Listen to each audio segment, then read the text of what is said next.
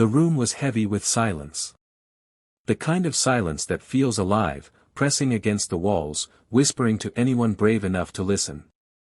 A thin beam of light cut across the hospital floor, stretching from the blinds to the foot of the bed where Ezekiel Johnson lay. At 67 years old, his body was failing him, but his spirit was still reaching, still holding on.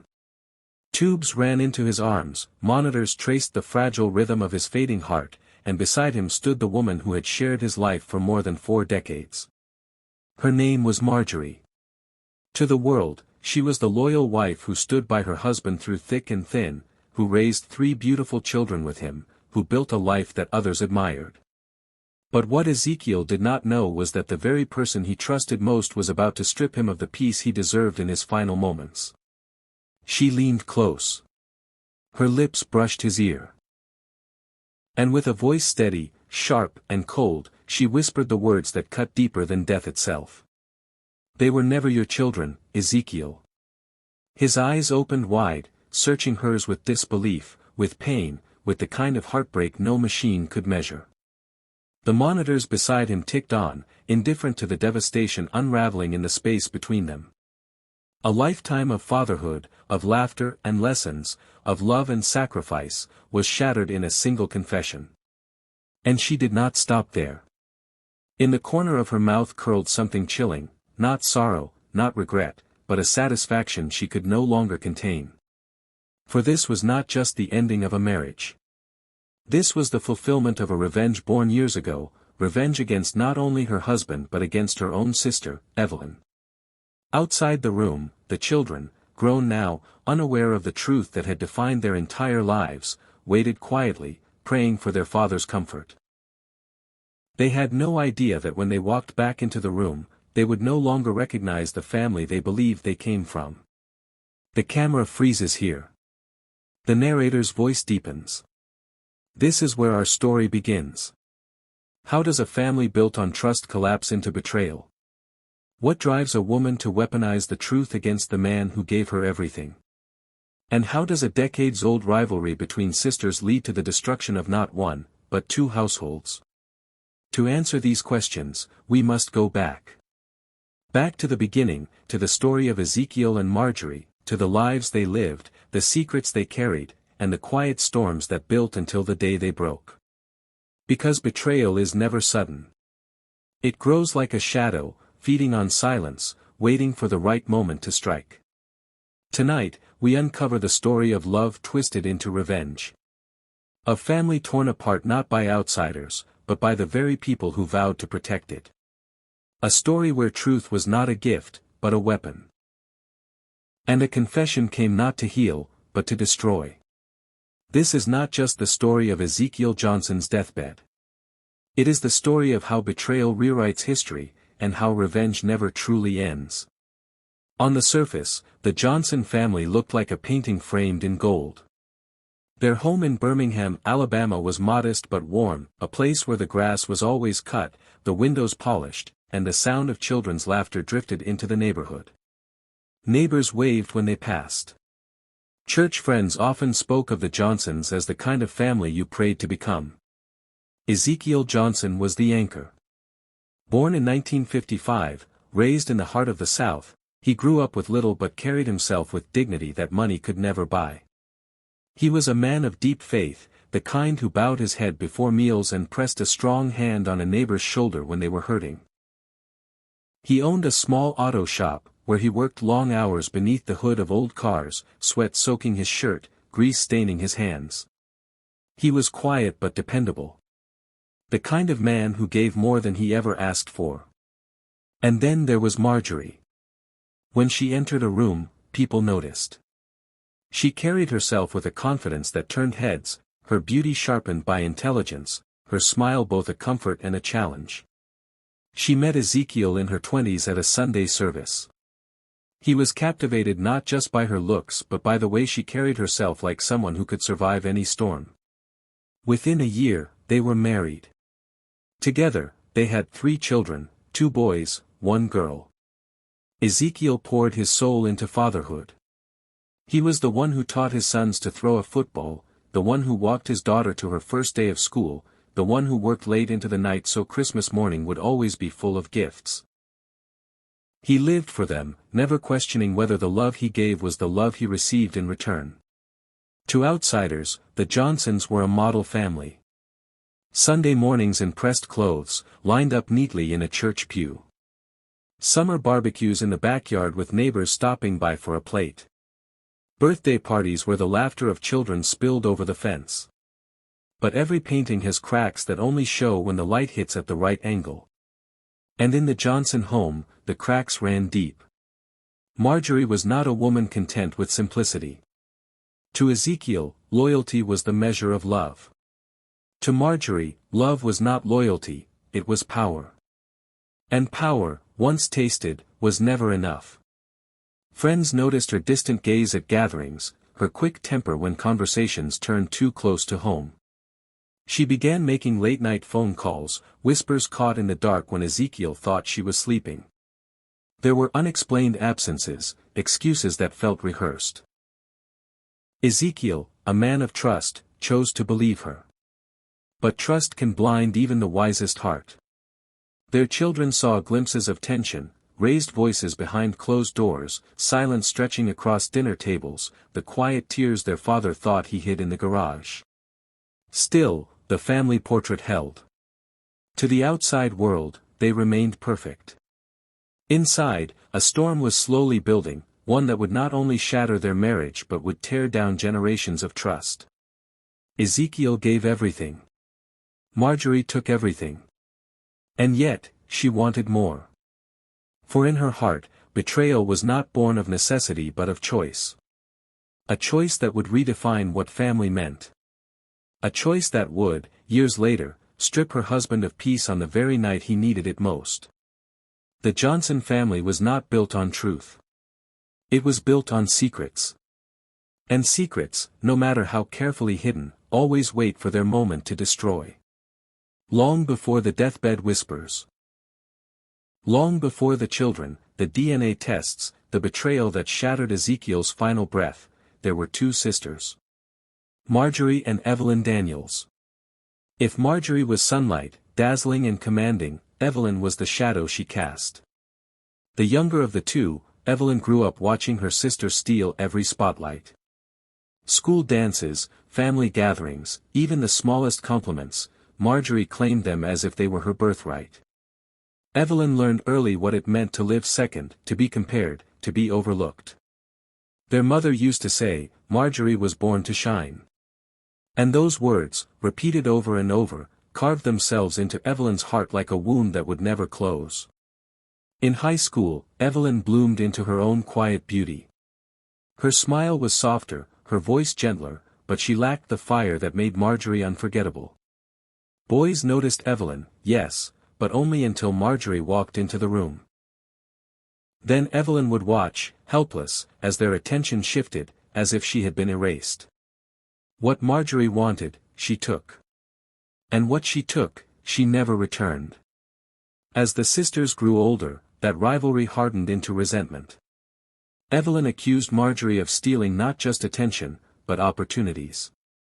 Jobs. Friendships. Even men. And in at least one case, Evelyn was right. There was a man Evelyn once loved deeply. A quiet, kind soul who dreamed of building a life with her. For a short while, he made her feel seen. But when Marjorie discovered his affection, she decided she wanted it for herself. Within months, he was gone from Evelyn's life and wrapped around Marjorie's finger. It was a theft Evelyn never forgave, though she carried her bitterness in silence. Years passed, and the sisters drifted into adulthood. Evelyn found her own path, working tirelessly, raising her children with discipline and sacrifice. But no matter what she achieved, she could never escape Marjorie's shadow. Because Marjorie had married Ezekiel Johnson. And to everyone watching, she had built the perfect life. A husband. Children. Respect in the community. Everything Evelyn had wanted, everything Evelyn had once dreamed could be hers. But behind the smiles and the Sunday church appearances, Evelyn knew the truth. She saw Marjorie's sharpness, her hunger, her quiet cruelty. She recognized the games her sister played, the lies she spun, the men she lured. Evelyn had been the victim once, and she watched as others followed. Yet Evelyn stayed silent. Because sometimes silence is not forgiveness, it is fuel. In Marjorie's heart, the rivalry had never ended. She carried it into adulthood like a dagger hidden beneath her dress. Every success she achieved, she measured not just for herself but against her sister. It wasn't enough to win. She wanted Evelyn to lose. And Evelyn? She held on to her resentment like a second skin. She tried to bury it in work, in family, in faith, but every time Marjorie's name was spoken, the old wound bled again. Sisters by blood. Enemies by choice. This was not just a sibling rivalry. It was a war waged quietly, a war that would stretch across decades, poisoning every bond between them. And when the time came, when Marjorie's bitterness demanded satisfaction, she would find her revenge not only in her husband's final moments but in the destruction of her sister's life as well. Because betrayal within a marriage wounds the heart. But betrayal between sisters? That cuts to the soul. Every secret begins as a whisper. At first, it hides easily, in late-night phone calls, in unexplained errands, in the faint scent of cologne or perfume that doesn't belong. For Ezekiel Johnson, trust was not a weakness. It was his foundation. He believed in his wife. He believed in his family. He believed that love meant loyalty. And that belief blinded him to the truth that was growing, unchecked, within the walls of his own home. Marjorie's discontent began quietly. Ezekiel worked long hours at his auto shop, coming home with grease on his hands and exhaustion in his eyes. He gave everything for his family. But to Marjorie, sacrifice was not enough. She craved admiration, attention, the thrill of being desired again and again. And when admiration came from men outside her marriage, she did not push it away. She welcomed it. One affair became two. Two became three. Ezekiel's friends sometimes whispered about her absences, her sharp new dresses, the way she laughed too loudly with men who were not her husband. But Ezekiel, steady, faithful Ezekiel, silenced the doubts. He loved her. And when you love someone so deeply, you don't look for evidence to confirm your fears. You look for reasons to deny them. The years rolled on. 3 children were born, each arrival bringing Ezekiel to tears of joy. He held them in his arms, whispered prayers over their tiny heads, and vowed to give them everything he had. In his heart, he was the proud father of sons and a daughter who carried his name, his blood, his legacy. But blood does not always tell the truth. The children grew. They called him Daddy. They ran to him when they were hurt. They trusted his hands to guide them through the world. And through it all, Marjorie carried a secret that hardened into something darker than guilt. It became a weapon. She knew, deep down, that Ezekiel was raising children who were not his. And she knew that one day, that truth could destroy him. As the years turned into decades, the secret grew heavier, but not for Marjorie. For her, it was power. For Ezekiel, it was ignorance. And ignorance, though it feels like peace, is only borrowed time.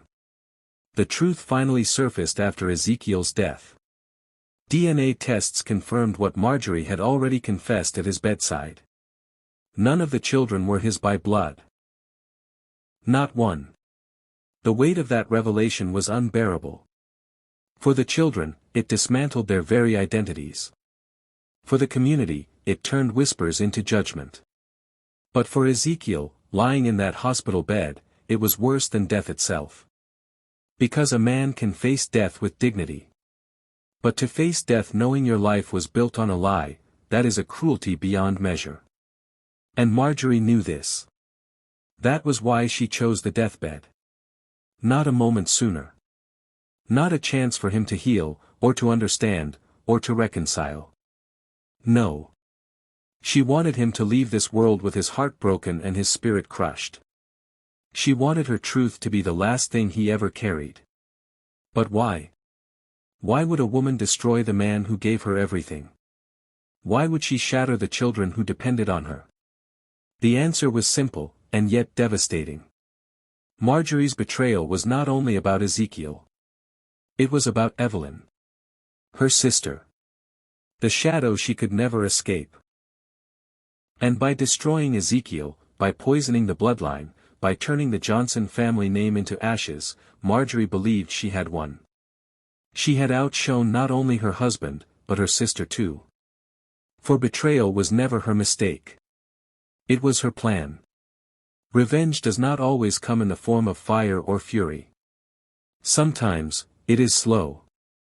Patient. Calculated. Like poison slipped into water, unnoticed until it has already spread through the veins. For Marjorie Daniels Johnson, her husband's betrayal was only part of the story. The other part, the darker part, was her obsession with her younger sister, Evelyn.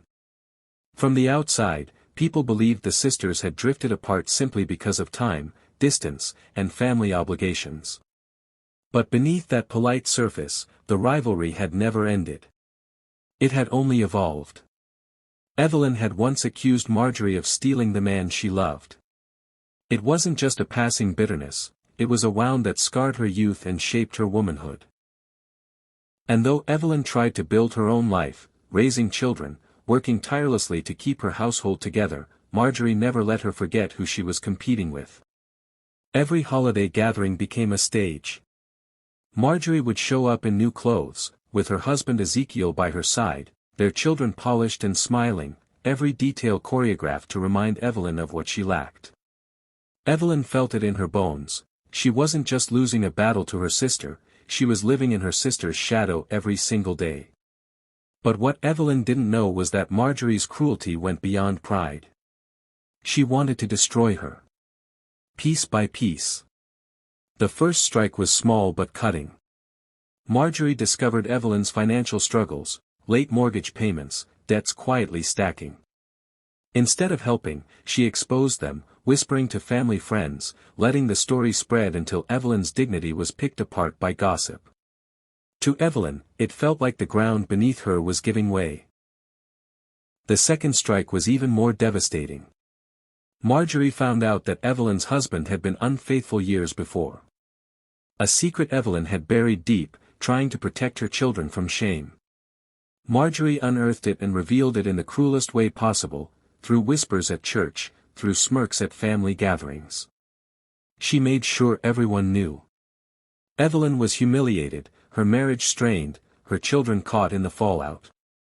The third strike was final and brutal.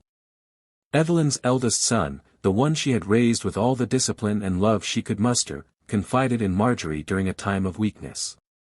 Instead of guiding him, Marjorie used his words against Evelyn, turning him away from his mother. It was a fracture Evelyn could never fully repair. To lose a husband's loyalty was one pain.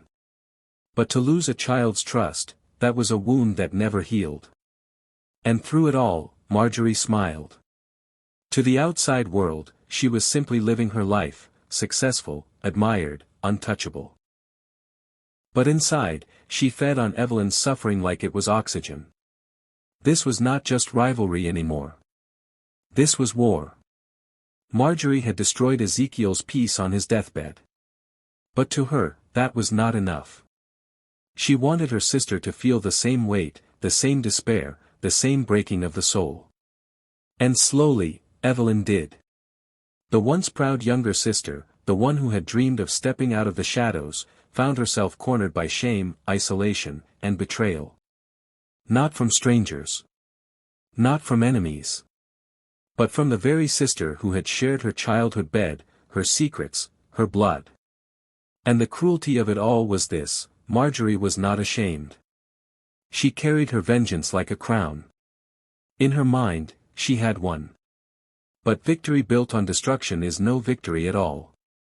Because the truth is, revenge does not end when the enemy falls. It spreads. It poisons everything it touches, family, children, even the victor herself. And soon, Marjorie would learn that the fire she lit for her sister was a fire that could not be controlled. The hospital smelled of antiseptic and fading hope. Machines hummed softly, their steady beeps marking the rhythm of a man's final hours. The curtain was drawn, the world outside silenced, and inside, only two people remained locked in a moment that would define the rest of their lives. Ezekiel Johnson lay frail beneath the white sheets, his chest rising and falling with effort. His once strong hands, the same hands that had rebuilt engines and carried children, now trembled as they clutched the blanket. His eyes searched the ceiling, as if somewhere above the truth of his life could be found, waiting to bring him peace. But peace would not come. Not tonight. Beside him, Marjorie sat upright, her posture too composed for a wife losing her husband. Her lips pressed into a thin line, her eyes cold, detached. She held his hand, but not with love. It was not comfort she came to offer. It was judgment. Ezekiel turned his head toward her, his breathing labored, his voice a faint whisper. "Marjorie. I'm leaving soon. Just, tell me you'll take care of the children." She looked down at him, and for the first time in her life, she felt complete control. He was too weak to question her, too fragile to fight her, too desperate for truth to shield himself from the cruelty she was about to unleash. She leaned in close, her breath warm against his ear. And with a steadiness that felt like a knife sliding between ribs, she spoke the words that shattered him.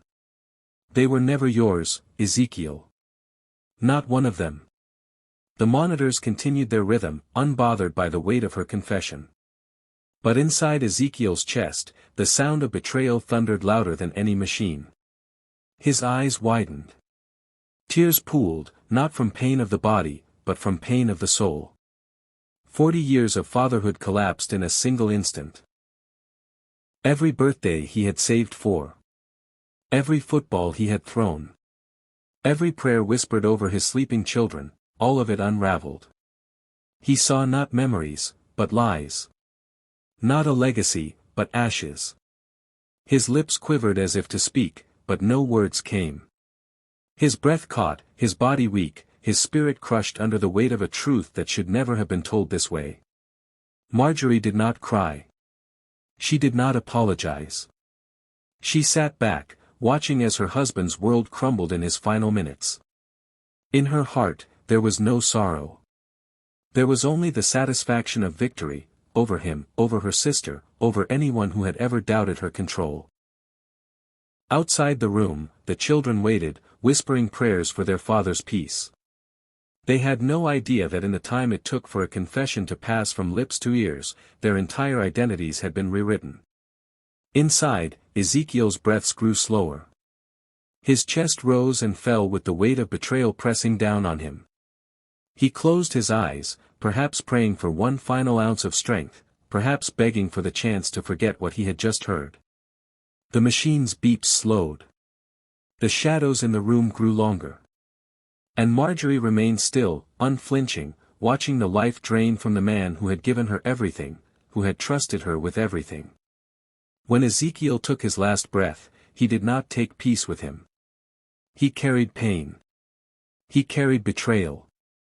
He carried the knowledge that the life he built, the children he raised, the legacy he thought was his, all of it had been stolen. And that was how Marjorie wanted it. The cruelest goodbye is not silence. It is truth wielded as a weapon. And with that truth, Marjorie Johnson ensured that her husband left this world not as a man fulfilled, but as a man broken. All right. This next part must dig into the deepest wound of all, the children. They are not just bystanders, they are the victims who had their entire lives rewritten in one brutal stroke. Grief has a way of bending time. For the Johnson children, the hours after their father's death moved slowly, painfully, like walking through water with weights tied to their ankles. They stood in the hallway outside the hospital room, heads bowed, hands clasped, whispering prayers for the man who had been the anchor of their lives. When the nurse emerged with solemn eyes, they knew before the words were spoken. Ezekiel Johnson was gone. Their father, their guide, the man whose love had shaped their childhoods, had breathed his last. They entered the room quietly, one by one. His body lay still beneath the sheets, his face pale but strangely calm. They wept. They kissed his forehead. They thanked him for the sacrifices he had made. In that moment, they believed they had lost everything, yet they still clung to the comfort of his legacy. But Marjorie knew the truth. And soon, so would they. The revelation came not with tenderness, but with cruelty. In the days following the funeral, the truth slipped out like poison. First a hint, then a full confession. Marjorie, whether in arrogance or cold indifference, admitted that Ezekiel was not their biological father. At first, the children laughed in disbelief. How could that be? He was their father. He had been there for every scraped knee, every school recital, every heartbreak. But then came the tests. DNA results that confirmed what no child should ever have to read: the man they buried was not their blood. The silence that followed was unbearable. Their world, once held together by love and memory, shattered into sharp pieces that cut at their very identities. One son broke down in rage. He punched walls, screamed at the heavens, and demanded answers no one could give. Another collapsed into himself, silent, staring at old photographs with empty eyes, as if searching for proof that their bond had been real. Their sister sobbed uncontrollably, her voice hoarse as she repeated the same words: "He was my daddy. He was my daddy." Because fatherhood is not blood. It is presence. It is sacrifice. It is love. And Ezekiel had been all of those things. But Marjorie's truth had stolen even that comfort. She had not only betrayed her husband, she had stolen her children's sense of self. Neighbors recalled the shock. Friends from church spoke of disbelief. How could Marjorie confess such a thing? Why would she taint her husband's memory and wound her children so deeply? The whispers grew, and soon the Johnson family name, once spoken with respect, was tangled in scandal. For the children, every memory became tainted. Birthdays, holidays, the sound of their father's laughter, it all became questions. Who were they? Where did they truly come from? If the man they loved was not their father, then what were they? This was not grief alone. It was identity theft on a soul-deep level. It was mourning not just a father, but the truth of an entire life. And in the middle of it all stood Marjorie. Unmoved. Detached. As though the truth she had unleashed was not devastation but justice, not cruelty but victory. But what victory is there in destroying your own children? The Johnson children would carry scars from that revelation forever. Scars that no time could heal. Scars that whispered in their hearts at night, "You were never who you thought you were." And that is a kind of grief that never ends. All right. Now we widen the lens. The betrayal no longer belongs only to Ezekiel or his children, it spreads to the community, shaking the foundations of trust and reputation. In Birmingham, word travels fast. In small churches and close-knit neighborhoods, secrets don't stay buried, they bleed into whispers, carried from one front porch to another, passed between pews on Sunday mornings, murmured in the aisles of corner stores. The Johnson family had always been admired. Ezekiel was known as a man of honor, a father who worked with his hands and gave without expecting in return. People brought their cars to his shop not just for repairs but for conversation, for wisdom, for trust. They watched him coach Little League, they saw him bow his head in prayer, they heard him speak softly to his children with the tenderness of a man who lived for them. So when the truth surfaced, that the children he raised were not his own, that his wife had confessed it on his deathbed, the community recoiled in disbelief. Some refused to accept it. Not Ezekiel, they said.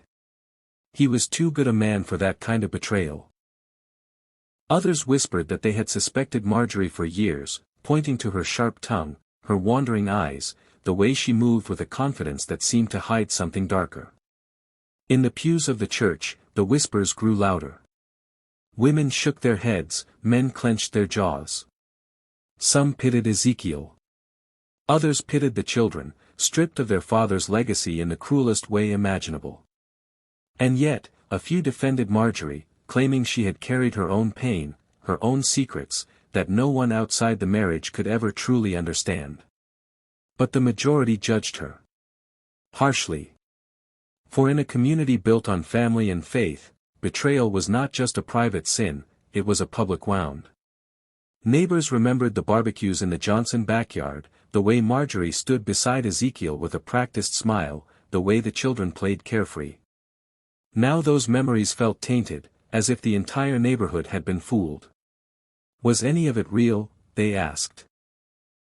The scandal became a kind of folklore, repeated in hushed voices long after Ezekiel was buried. His name, once spoken with admiration, was now followed by sighs of sorrow. Marjorie's name, once respected, became a warning. Parents told their daughters, "Don't grow up to be like her." Families spoke her name like a cautionary tale. And through it all, the children felt the weight of those whispers pressing down on them. At school, at church, at gatherings, they could feel the eyes that lingered too long, the conversations that stopped when they walked into a room. It wasn't just their grief, they carried their mother's shame, a shame they did not choose but could not escape. For Ezekiel, the betrayal ended with his last breath. For his children, it was only beginning. And for the community, it became a story retold, reshaped, passed along as both gossip and tragedy. In the end, Marjorie had not just destroyed a man or a family. She had shaken an entire neighborhood's belief in what it meant to trust, to love, to stand before God and promise forever. Because when a betrayal cuts this deep, it doesn't stop at the walls of one home. It ripples outward, staining everyone who believed in the illusion. "All right." Evelyn's voice cracked, but her fury burned. "You took everything from me. You took men, you took pride, you even turned my children against me. And now you've destroyed your own. For what? To prove you could." The room froze. The Johnson children stood silent, the air between them heavy as iron. Marjorie looked at her sister with a cold smile, her words as sharp as glass. "Because I won, Evelyn. I won against you, against Ezekiel, against anyone who ever doubted me. Look at you, alone. Look at him, dead. Look at them, broken. That's my victory." It was a confession not of guilt but of triumph. A declaration that she had orchestrated destruction and called it power. But victory built on ruin always turns hollow. Because in that moment, the Johnson children saw their mother not as a protector, not even as a betrayer, but as a destroyer. They realized that her war with Evelyn had not only consumed their father, it had consumed them. They were casualties of a feud that should have ended in childhood, casualties of a woman who had chosen vengeance over love. From that day forward, the children's bond with Marjorie began to fracture. The son who once defended her refused to speak to her. The daughter who once confided in her turned away. And Evelyn, though scarred and weary, found a strange vindication. For the truth was no longer whispered. It had been spoken aloud by Marjorie herself. Still, fate has a way of striking back. Marjorie's arrogance, her cold satisfaction, began to crumble under the weight of consequences she could not control. Business deals collapsed. Friends distanced themselves. Church doors that once welcomed her now closed in quiet judgment. She thought she had won. But in truth, she was losing everything. Slowly. Quietly. And entirely. Because betrayal is not a crown you wear. It is a curse you carry. And with every step she took, Marjorie walked deeper into the loneliness she had created for herself. There are wounds that bleed, and then there are wounds that never close. For the Johnson children, their mother's betrayal was both. It stained their lives in the present and carved scars that would remain for the rest of their days. Weeks after the confrontation with Evelyn, they gathered at Marjorie's home. It wasn't planned as a reunion. It was a reckoning. The living room was dim, the air heavy with silence. Old photographs lined the walls, Ezekiel smiling beside Marjorie, the children in birthday hats, moments frozen in time that now felt like lies. Each frame was a reminder of the life they thought they had, a life now buried beneath truth too cruel to accept. The oldest son, Malcolm, was the first to speak. His voice was low, trembling, but filled with rage he could no longer contain. "You knew. You let him love us like that, knowing we weren't his. You watched him break his back for us. And you let him die thinking his whole life was a lie. Why, Mama? Why?" Marjorie sat in her chair, her face still hard, though her hands fidgeted against her lap. She met her son's eyes but offered no comfort. "Because it was my choice. My life. He gave what he wanted to give. That was his decision." The words cut deeper than any blade. The second son, Deshaun, stepped forward, his fists clenched, his body shaking. Tears streamed down his face as his voice cracked under the weight of years stolen from him. "He was my father. Do you hear me? He was my father. Blood doesn't matter. He loved me. And you," his voice faltered, but then sharpened into something almost broken, "you took that love and spit on it." Their sister, Alana, wept quietly in the corner. Her sobs filled the room like echoes of the past. When she finally spoke, her words were soft, but they carried more pain than shouting ever could. "I can't even look at you. I can't call you Mama anymore. You didn't just betray Daddy. You betrayed us. You betrayed me." Marjorie's eyes narrowed. She had heard their pain, but she did not absorb it. Instead, she clung to the cold detachment that had shielded her for years. "I did what I had to do. I survived the way I knew how. You'll never understand." But she was wrong. They understood all too well. They understood that she had chosen her own pride over their father's peace. They understood that she had sacrificed them on the altar of her rivalry, her vengeance, her insatiable hunger for control. What they could not understand, what they would never forgive, was her lack of remorse. That night, the Johnson children walked out of their mother's house, not as a family but as survivors of her choices. Each step they took away from her was heavy, final, filled with the grief of losing not just a father, but the mother they thought they knew. And for Marjorie, the silence that followed was louder than any argument. The house that once rang with children's voices now echoed only with her solitude. Her children were gone. Not in body, but in heart. And sometimes, that is the deepest loss of all. All right. Now we arrive at the closing reflection. This is where the story slows, breathes, and sinks into the audience's heart like a weight they cannot shake. The goal is to leave viewers haunted, reflective, and emotionally exhausted, yet unable to look away. The grass over Ezekiel Johnson's grave grew quietly, as if the earth itself wanted to cover his pain with something softer than memory. His headstone stood simple, etched with his name, his years, and a scripture that spoke of peace. But there was no peace in how he left this world. He had been a husband. A father.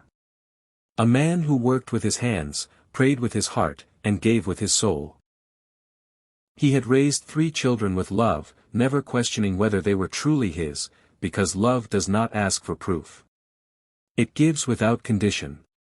Yet in the final moments of his life, that love was shattered. The woman he trusted most, the one who vowed to honor and cherish him, used truth not as a bomb, but as a blade. She left him with no comfort, no closure, only betrayal heavy enough to follow him into death. And what of the children? They carried the wound forward. They buried their father not only in the ground but in their hearts, alongside the life they thought they knew. They lost not only him, but themselves. Identity is a fragile thing, and theirs was ripped away, leaving scars that would echo in every future relationship, every whispered doubt, every sleepless night. But stories like this are not rare. They exist in quiet towns, behind closed doors, in families that look perfect from the outside. They remind us how fragile trust is, how quickly love can be twisted, how deeply revenge can destroy. And if this story moved you, if you felt the weight of Ezekiel's last breath, the grief of children stripped of their identity, the rivalry of sisters turned into war, then don't let this be the end. Join us. Stay with us. Because there are more stories that must be told. More truths that cut, more betrayals that haunt, more lives that remind us of the darkness that lives where love should be. Click subscribe. Share this story. Keep watching. Because the next betrayal may not be in a stranger's house, it may be closer than you think.